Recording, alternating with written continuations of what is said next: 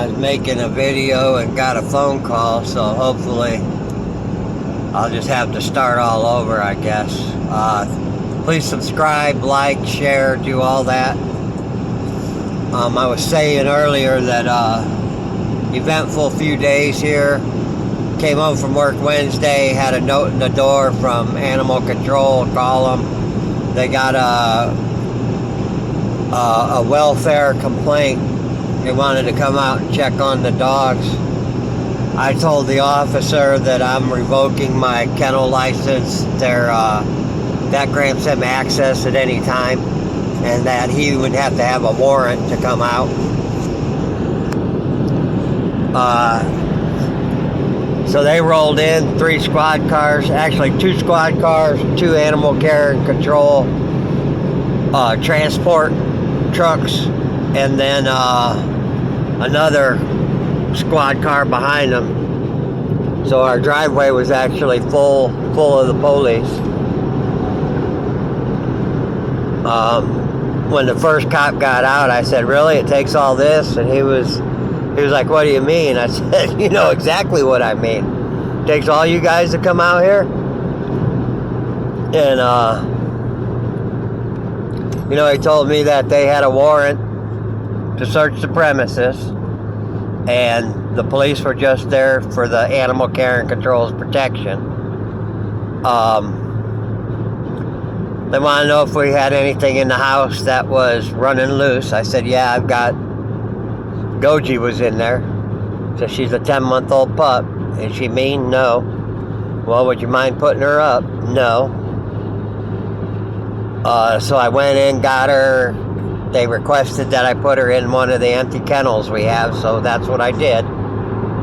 I asked them if I could record, and they said, "You sure may." So I went live on Facebook. I don't think I saved the one video, but at one point I looked down and my phone wasn't recording. So I hit record again, and it was right at the end. They walked through the dogs. They didn't like this, they didn't like that. Said one puppy was skinny. He wanted to know how old he was. I told him, 8 months.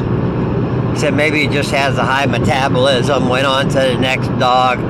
He's a rescue. His owner's in Iraq.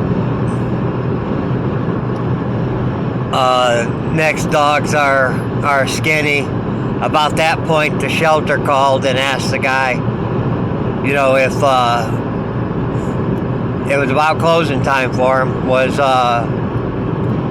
were they going to get an intake of dogs? And the animal control officer looked at me and said, "No, nothing's going on." And then the whole atmosphere of the visit on their end changed. They became a little bit friendlier, I would say. And I want to back up. When we bought this place, one of our outbuildings, it had a little chest freezer in it.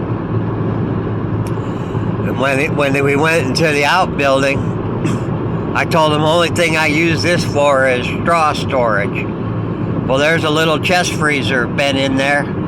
He said, "What's inside there?" And I told him, honestly, I do not know. I've never raised the lid. I didn't know if there was rotten meat in it, what the deal was. I never looked. I really don't care. One point in time, we had rabbit feed on it. After that, it was, when I cut open a bale of straw, if there's extra straw left, I stick it up on top of it. But he asked if he could open it. I said, "Yeah." I took a step back. He looked at me. I took another step back. He raised the lid. He said, "It's got tools in it." I told him, "You can have every one of them. I don't want them." And, he shut the lid. That was it. Went through the dogs. He wanted to know about scars on this one, scars on that one, how'd they get them. one thing that I have done, and I'm not going to live in fear with these dogs, and I'm not going to not let my vet know what happens. So whenever we've had a yard accident, and we had one last year, I call my vet and let him know, ask him if I can get some antibiotics. And so that's, you know what I mean, that's what we do. It's on record. So I told him exactly, you know what I mean, we had and the vet has a record of it, and they took that as okay. I told my vet, you have permission to disclose any and all information that these guys want. And so we, you know, the other two outbuildings, each one has a mill in it. I let them know before we got there that each one had a mill in it. I also told them it's public knowledge that we exercise our dogs on the mill. I showed them a video of Melvin that I've made on YouTube running the mill. I showed them one of Goji walking the mill. I showed them one of, I've got on my phone of Gus running the mill, Jin running the mill. So, you know, our dogs go on these mills. And he asked me if we use them for exercise for the dog shows. And I told him that's exactly what we do. We get our dogs and keep our dogs in shape. And, you know, they looked at Melvin. It was funny. They didn't comment on him. I figured for sure I was going to get the he's too skinny comment. But at the end of the day, they came with a warrant to search the premises and take any and all evidence to support animal cruelty. And as they were all leaving, the cop that I talked to the first, he got a big old bull mastiff. They saw Jane the Great Dane, and he was in love with her. But he was showing JL. He came up to me and showed me a picture of the mastiff. Beautiful brindle dog. And he asked me if I needed their information or any of that, and I told him not that I need it. I really, you know what I mean, I don't need it. I said the only way I need it is if you guys are going to come back in the middle of the night and steal my shit. And he told me that animal control walked the property. They went through my house. They looked at everything. They looked at trophies. They looked at ribbons, took pictures of everything. That they collected no evidence of animal cruelty at our place, and they wouldn't be back. And the kicker of all this is that the laws have changed in our county. As a registered kennel, I pay $70 a year for 11 plus dogs, 11 to 1,011. As long as I can take care of them, feed them, provide them the proper care, I can have as many as I want for $70 a year. Now the 21 plus, we were at 24, 23 plus pups under 6 months don't count. So we had 23, what they consider adults or 6 months and older anyway. 6 of those are not ours, so we actually only have 17 dogs. But for the amount of dogs we have, it's $250 for the kennel license now. plus the county registration is $30 a dog. So it's right at $1,000 that we've got to go pay to update the kennel license and register each individual dog. Which I told them, the only time I really wasn't civil with them the whole time was I said, I cussed, not at them, but I said, you guys really don't want anyone to have a dog, do you? And, but that's the price that, I guess we have to pay to have these dogs. One of the things I also told them when, I told them that the thing that really pissed me off is that we're legit.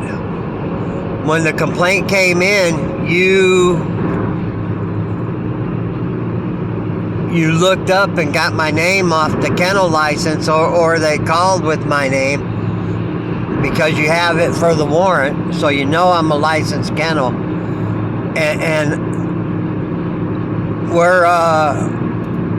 we even have, I disclosed this in the past couple days, but we have an EIN number we pay taxes on. If I sell you a puppy, you come pick it up, you send a transporter, the transaction happens here in Kentucky, I pay tax on that. I don't charge the client, the customer, however you want to view it. If you buy a puppy, I don't charge you that. I just pay it out of the price of the pup. Then if I meet you with the pup, we don't have to pay that. If I meet you out of state, we don't have to pay the state tax on it. So, and we claim these, I on my taxes every year, I claim this stuff. I don't get a tax return. I'm forced to pay every year because of the cost of it. That's all right.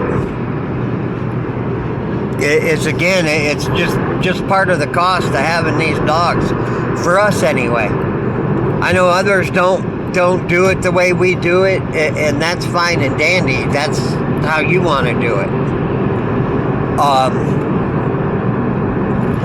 I'm going to be as upfront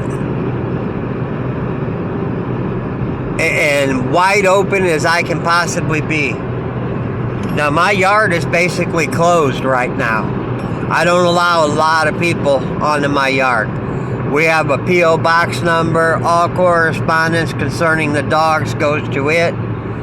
All that stuff. Just because of this and, the dog thieves. And not wanting my address out there like that. So it's, that's just part of it.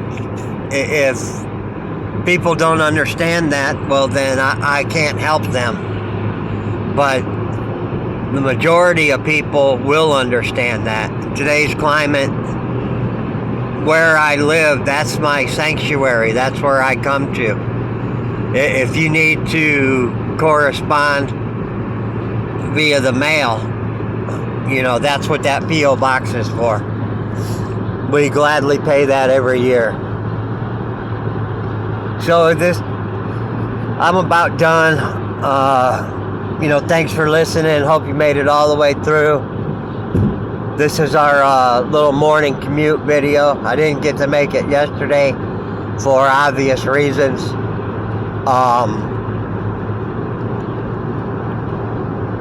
That's one of the things that kind of a bummer. But, I don't think I made a video at the very end of yesterday, and then I I put it on private mode because of I thought better of it. But again, hope y'all have a great day. Happy Friday. There's the moon out there. I did get to see part of the eclipse this morning. That was pretty cool. I got up at 1:30 local time here and went out and looked, and it wasn't anything going on. I got to see where about a quarter of the moon was blacked out. Hope everybody or some of y'all got to see that as well. But have a wonderful day. Keep doing the dogs, and my advice is excuse me, be prepared for when they come. Make sure your shit's in order at all times. And just keep doing the dogs.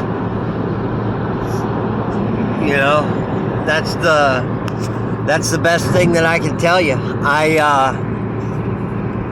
I was glad I made the right call to stay home yesterday so I could be there. I figured that, you know what I mean, because that they were coming, and it ended up being a good deal. Talk to you later. Bye.